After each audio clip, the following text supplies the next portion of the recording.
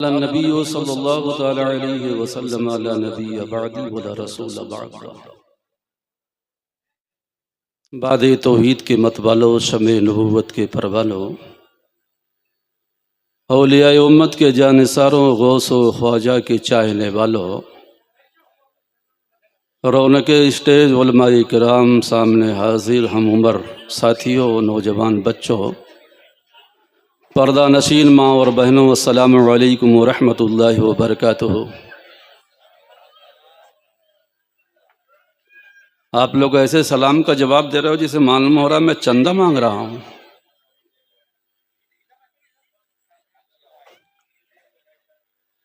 ابھی تو شروعات ہے،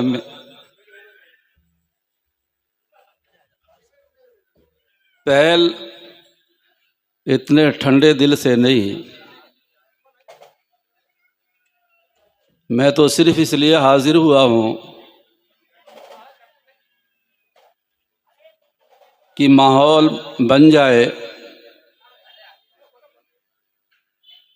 اور جو لوگ مرد ہونے کے باوجود بھی ادھر ادھر اوٹلے پہ بیٹھے ہیں ان سے گزارش کروں گا کہ وہ محفل میں آ جائیں۔ یہ بڑی بابرکت مجلس ہے، یہ نام ہے جشن غوث الورا، مہینہ بھی 11ویں کا ہے اور چاہنے والے بھی غوث و خواجہ کے ہو۔ کچھ عرض کروں، بات ذہن میں آ گئی، میں تو تقریر کوئی مضمون بناتا نہیں ہوں، یوں ہی جو آپ چاہتے ہو اسے آ جاتی ہے ذہن میں کہ آپ غوث و خواجہ کے چاہنے والے ہو تو جس کو ہم چاہتے ہیں اس کی مانتے بھی ہیں۔ موضوع میرا کچھ اور ہے، لیکن یہ ایک آدھ گاہی نکتے کی بات تو سن لیجئے کہ بارہا آپ حضرات نے سماعت کیا ہے، سنا ہے کہ میرے غریب نواز نے اجمیر کی دھرتی پر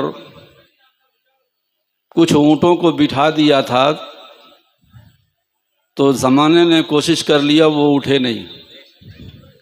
پورے کہانی میں واقعے میں مجھے جانے کی ضرورت نہیں ہے، صرف ایک نکتہ دینا چاہتا ہوں کہ آپ مانتے کتنا ہو اس چیز پہ۔ کبھی آپ نے غور کیا، واقعہ تو سنا ہے آپ نے کہ اونٹوں نے بھی اٹھنے کی کوشش کیا تھا،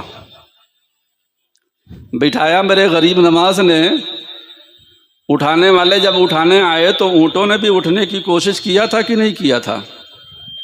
نہیں کیا تھا۔ اونٹوں نے اٹھنے کی کوشش نہیں کیا تھا، کیوں؟ کہ جب تک بٹھانے والا کا حکم نہیں ہوگا جب تک اٹھیں گے نہیں ہم۔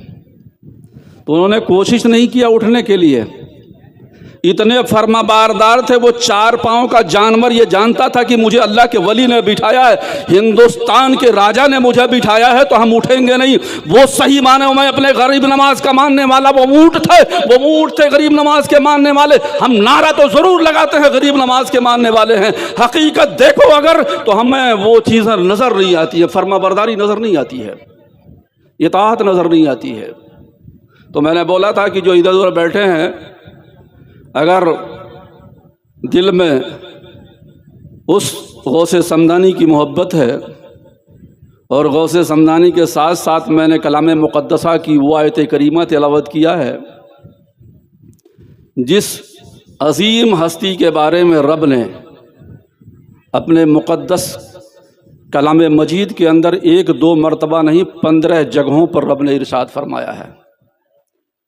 اور آج کا فرسودہ ماحول، یہ جشن غوث الورا ہے، غوث پاک کی عظمت تو سماعت کرو گے آپ، لیکن آج کا فرسودہ ماحول، آج کا بگڑا ہوا ماحول اور قرآن و حدیث کی روشنی میں ہم جب نوجوانوں پہ نظر ڈالتے ہیں تو ہمیں کچھ الٹا نظر آتا ہے کہ ہم مسلمان ہونے کے باوجود بھی کیا صحیح معنوں میں ایمان والے ہیں؟ اللہ و رسول کے فرمان پہ ہم عمل کرنے والے ہیں کہ نہیں ہیں؟ اور اگر اللہ و رسول کے فرمودات پہ ہم عمل کرنے والے ہیں تو ہمیں معلوم ہونا چاہیے کہ حقوق کتنے طرح کے ہوتے ہیں، حق کتنے طرح کے ہیں، اور جب تک حق نہیں معلوم ہوگا تو ظاہر سی بات ہے آپ حق مارو گے۔ حق کا پتہ نہیں تو حق کھاؤ گے، دوسرے کا حق مارو گے۔ تو علماء کرام نے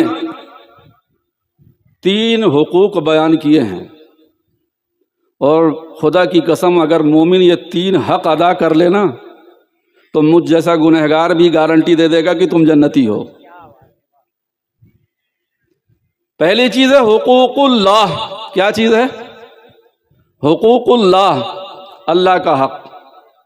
کس کا حق؟ اللہ کا حق۔ اب اللہ کا حق کیا ہے پتہ نہیں ہے۔ کچھ لوگ رمضان میں 2 دن روزے رکھ کے سمجھتے ہیں کہ میں نے اللہ کا حق ادا کر دیا۔ کچھ چند سکے جہاں ہزاروں میں زکوٰۃ نکلتے ہیں، کچھ سکے نکال کر کے دے دیے، سمجھتے ہیں کہ ہم نے اللہ کا حق ادا کر دیا۔ چند سجدے مار لیے تو سمجھتے ہیں ہم نے اللہ کا حق ادا کر دیا۔ تو سن لو، نماز و روزہ، حج و زکوٰۃ یہ اللہ کے حق ہیں۔ یہ میرا موضوع نہیں ہے، بہت 60 میں جاؤں گا میں اس چیز پہ۔ نماز و روزہ، حج و زکوٰۃ یہ کس کے حق ہیں؟ اللہ کے حق ہیں۔ اب اپنے دامن میں ہم جھانک کر کے دیکھیں کہ ہم اللہ کے حق کو کتنا ادا کر رہے ہیں۔ سب سے پہلی چیز نماز۔ نماز کتنی ہم پڑھتے ہیں؟ غوث پاک کی 11ویں ہم منائیں، بریانیاں ہم بنائیں، کتابوں میں ڈھونڈتا دوسرا ہے کہ جائز ہے کہ ناجائز ہے، حرام ہے کہ شرک ہے۔ تو جب تمہارے لیے بریانی ہے تو یہ عبادت کس کے لیے ہے؟ یاد غوث پاک تمہارے لیے ہے تو پھر یہ نماز کس کے لیے ہے؟ نماز کی بات آئی تو سنو، جس غوث پاک کی ہم یاد منا رہے ہیں، جن کا پورا خاندان ہی ولی اور عورتیں ساری ولیہ، ماں بھی ولیہ، نانا بھی ولی، باپ بھی ولی اور پھوپھی بھی ولیہ،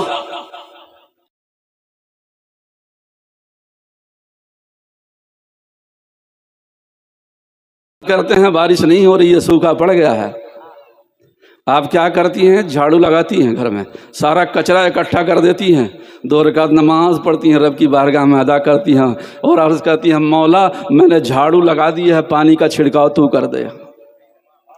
جھاڑو ہوتا ہے نا ہمارے یہاں، جھاڑو لگا کے پانی چھڑکتے ہیں، عرض کرتی ہے مولا جھاڑو میں نے لگا دیا ہے، اب اس پہ چھڑکاؤ تو کر دے۔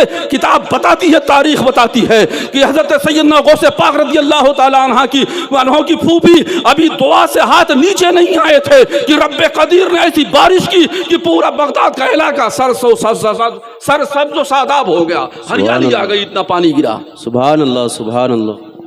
تو جب بریانی ان کے نام کی ہمارے لیے ہے تو یہ عبادت کس کے لیے ہے؟ عبادت کی بات آتی ہے، آپ کی والدہ کو دیکھ لو، فاطمہ ثانی نام ہے، حضرت فاطمہ ثانی۔ یہ اس لیے بتا رہا ہوں کہ مرد حضرات تو کچھ پڑھ لیتے ہیں لیکن ہماری مائیں اور بہنیں نمازوں سے کتنی دور ہیں اور بہانے بھی کیسی کرتی ہیں۔ بچہ پیشاب کر دیتا ہے، کیا کہتی ہیں؟ بچہ پیشاب کر دیتا ہے، گھر میں کام سے فرصت نہیں ملتی ہے، گھنٹے گھنٹے بھر ٹیپ ٹاپ کرنے والی میری ماں اور بہنوں، چہروں پر پٹیاں لگانے والوں میری ماں بہنوں، سنو، یہ چہرے کی پٹیاں اس دن کام نہیں آئیں گی، سارے چہرے کا نور دھل جائے گا اس وقت جب رب قدیر کی بارگاہ میں حاضری دو گی۔ اس وقت کون سا چہرہ دکھاؤ گی؟ خاتون جنت حضرت فاطمہ الزہرا رضی اللہ تعالیٰ عنہ جنت کی سردارہ ہوں گی اور دنیا کی تمام ایمان والی عورتیں ان کی سرگردگی میں جنت کے اندر جائیں گی۔ کون سا چہرہ دکھاؤ گی خاتون جنت کو؟ اور یہ عذر اور بہانہ بھی وہاں نہیں چلے گا کہ بچے تھے، کیونکہ تم عورتوں کی جنت میں لے جانے والی جو سردارہ ہیں نا، وہ امام الانبیاء کی لخت جگر حضرت فاطمہ الزہرا رضی اللہ تعالیٰ عنہ کی ذات بابرکت ہے، اور یہ عبادت میں بھی بے مثال ہیں۔ کیسی مثال؟ جو مثال نہ ملے ایسی بھی ذات ہے سیدہ فاطمہ الزہرا رضی اللہ تعالیٰ عنہ کی ذات بابرکت کی، کہ فرائض ادا کرنے کے بعد جب نمازوں میں رات کے وقت پیشانی سجدے میں رکھتی تھی تو صبح ہو جاتی اور رب کی بارگاہ میں عرض کرتی مولا تو نے راتیں اتنی چھوٹی بنا دیا کہ تیری بندی فاطمہ کا ایک سجدہ ادا نہیں ہوتا ہے۔ او میری ماں اور بہنوں، یہ دنیا کے کام دھندے ہی رہ جائیں گے. گھر میں برکتیں چاہتی ہو، اولاد فرما بردار چاہتی ہو، رب کی بارگاہ میں سربہ سجود ہو جاؤ، نمازوں کے لیے وقت نکالو، اس لیے کہ کل جب ہاتھ سے وقت نکل جائے گا نا. تو میں نے ایک ٹرک کے پیچھے پڑھا تھا، ٹرک والے بھی بڑے کمال کے ہوتے ہیں، بڑے عجیب و غریب چیزیں لکھواتے ہیں، بڑی نصیحتیں والے چیزیں لکھتے ہیں. ایک بار میں آشٹا روڈ پہ، میری عادت میں ٹہلنے جاتا ہوں، بات آ گئی ہے تو بتا رہا ہوں، ٹرک جا رہا تھا، پیچھے میں نے دیکھا ٹرک والے نے پیچھے لکھ رکھا تھا کیا؟ آج عمل ہے حساب نہیں. کیا لکھا تھا؟ آج عمل ہے حساب نہیں، کل حساب ہوگا، عمل نہیں ہوگا. بڑی بھاری چیز لکھا تھا اس نے کہ آج عمل ہے حساب نہیں. ہم کتنی نیکیاں کر رہے ہیں پتہ نہیں، ہمارے نامہ اعمال میں کتنے گناہ ہیں ہمیں پتہ نہیں. آج عمل ہے، لیکن جب حشر کا میدان ہوگا، قیامت کا دن ہوگا، نفسی نفسی کا عالم ہوگا، سورج سوانیزے پہ ہوگا، ہر کوئی اذهب ولا غیری کہہ رہا ہوگا، اس وقت کوئی کسی کا پرسان حال نہ ہوگا. اللہ کا قرآن کہتا ہے باپ بیٹے سے، بیٹی باپ سے بھاگتی ہوئی نظر آ رہی ہوگی، کوئی کسی کا نہیں ہوگا. ایسے عالم میں جب حساب ہوگا تو وہاں عمل نہیں ہوگا. یہ دنیا دار العمل ہے میرا بھائی، او میری ماں بہنوں، یہ دنیا دار العمل ہے، عمل کرنے کی جگہ ہے. اس لیے مصطفیٰ کریم نے ارشاد فرمایا الدنیا مزرع الاخرہ، دنیا آخرت کی کھیتی ہے. رب نے ہمیں یہاں بھیجا ہے، ورنہ یہ عبادتوں کی بات اگر ہے نا تو ہم سے بہت بڑھیا عبادت کرنے والی مخلوق اللہ کی موجود ہے، وہ فرشتے ہیں. کون ہیں؟ اور کچھ چیزیں ایسی، فرشتوں کی بات آئی تو سن لو، کچھ چیزیں ایسی ہیں جو ہم میں ہیں ان میں نہیں ہیں. اسی لیے اللہ نے لقد کرمنا بنی آدم کا تاج فرشتوں کے سر پہ نہیں، انسانوں کے سر پہ رکھا. اگر کرامت و بزرگی کی کا تاج اگر رکھا گیا تو حضرت انسان کے سر پہ رکھا گیا. کیوں؟ کہ رب نے 3 چیزیں ایسی ہمیں دیا ہے جو فرشتوں کو نہیں دیا ہے. معلوم ہے کون سی 3 چیزیں؟ رب نے پہلی چیز یہ کہ ہمیں پیٹ دیا ہے، فرشتوں کو پیٹ نہیں دیا ہے، انہیں کھانے پینے کی حاجت نہیں ہے. جب فرشتوں نے کہا تھا نا کہ اللہ ان کو بنائے گا جو جا کے فساد کریں گے، تو رب نے فرمایا تھا تمہاری نگاہ فسادیوں کے اوپر ہے، میری نگاہ تو میرے محبوب کے اوپر ہے. ان کو بھیجوں گا، اس کے بعد ان کے اندر اپنے محبوب کو بھیجوں گا. حضرت آدم علیہ السلام سے لے تک آج تک جتنے بھی انسان آئے، آئیں گے، یہ 3 چیزیں ضرور ہیں سب کے اندر، اور یہ 3 ہی چیز فرشتوں میں نہیں ہے. پہلی چیز کیا ہے؟ پیٹ نہیں ہے. دوسرا چیز کیا ہے؟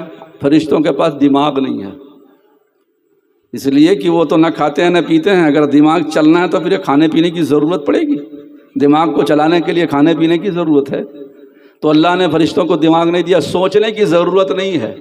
رب نے جو کہہ دیا وہ کرنا. اگر دماغ دے دیتا رب تو فرشتے بھی سوچتے کروں کہ نہ کروں، جیسے ابلیس سوچ رہا تھا، جیسے ابلیس سوچ رہا تھا. تو فرشتوں کے اندر رب نے دماغ نہیں رکھا، اور رب نے فرشتوں کو تیسری چیز نہیں دیا، وہ دل ہے. کیا ہے؟ دل نہیں دیا رب نے فرشتوں کو. کیوں؟ سارا نظام یہ پیٹ اور یہ دماغ اور دل سے ہی ہے. سارا نظام کس سے ہے؟ پیٹ اور دماغ اور دل سے. پیٹ بھرا ہے، دماغ چل رہا ہے، اور دماغ کا کنیکشن کس سے ہے؟ دل سے ہے. دماغ سوچتا ہے اور بھیجتا کہاں ہے؟ دل کے اندر، اور پھر دل فیصلے کرتا ہے. اگر دل اچھا فیصلہ کرے تو پھر بندہ نیک ہوتا ہے.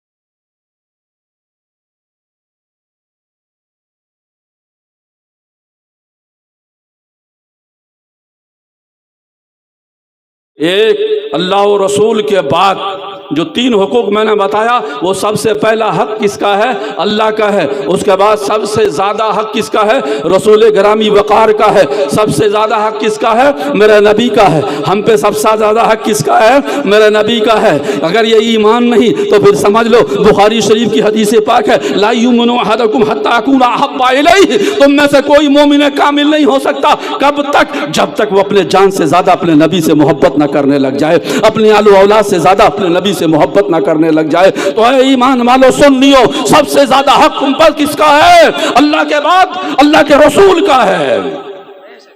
اس کے بعد کس کا حق ہے؟ اس کے بعد تمہارا نفس کا تمہارے اوپر حق ہے.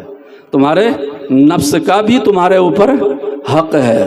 آپ سوچ رہے ہوں گے نفس کیا چیز ہے، تو آؤ بتاؤں، حدیث کی روشنی میں بتاؤں. حضرت عمر بن عاص رضی اللہ تعالیٰ عنہ ہیں، دن بھر روزے رکھتے ہیں، رات بھر نمازیں پڑھتے ہیں، اور روزے اور نمازوں کی حالت یہ ہو گئی کہ رکھتے رکھتے، کیونکہ روزے سے نفس مر جاتا ہے، آنکھیں دھس جاتی ہیں. دیکھا ہوگا آپ نے جو 1 مہینے روزے رکھتے ہیں رمضانوں میں، ان کی چہرے کی رنگت بدل جاتی ہے، لیکن جو ہی عید کا دن آتا ہے چہرے پہ شادابی آ جاتی ہے. تو روزہ کیا کرتا ہے؟ میرے آقا فرماتے ہیں نفس کو مار دیتا ہے روزہ. روزہ وہ ہے جو جسم کو کمزور کر دیتا ہے، روزہ وہ ہے جو آنکھوں کو دھسا دیتا ہے. حضرت عمر بن عاص رضی اللہ تعالیٰ عنہ کے اوپر نگاہ نبوت پڑی. مصطفیٰ کریم نے ارشاد فرمایا اے عمر بن عاص، میں نے سنا ہے کہ تم دن میں روزے رکھتے ہو، رات بھر جگ کر کے نفل نمازیں پڑھا کرتے ہو.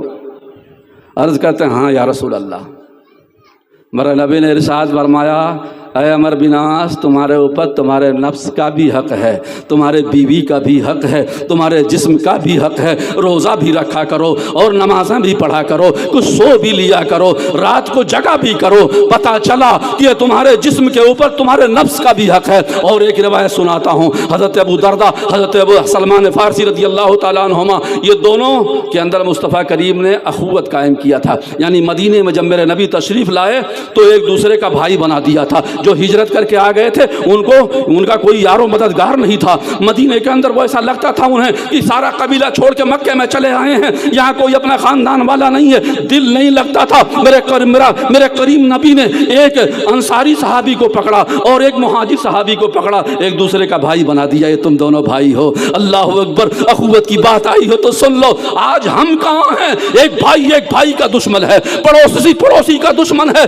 کہاں پہنچ گئی ہے قوم مسلم جس کے نبی کا یہ فرمان ہو کہ اگر تمہارا پڑوسی بھوکا رات بھر سویا رہ گیا، حشر کے میدان میں تمہیں جواب دینا پڑے گا.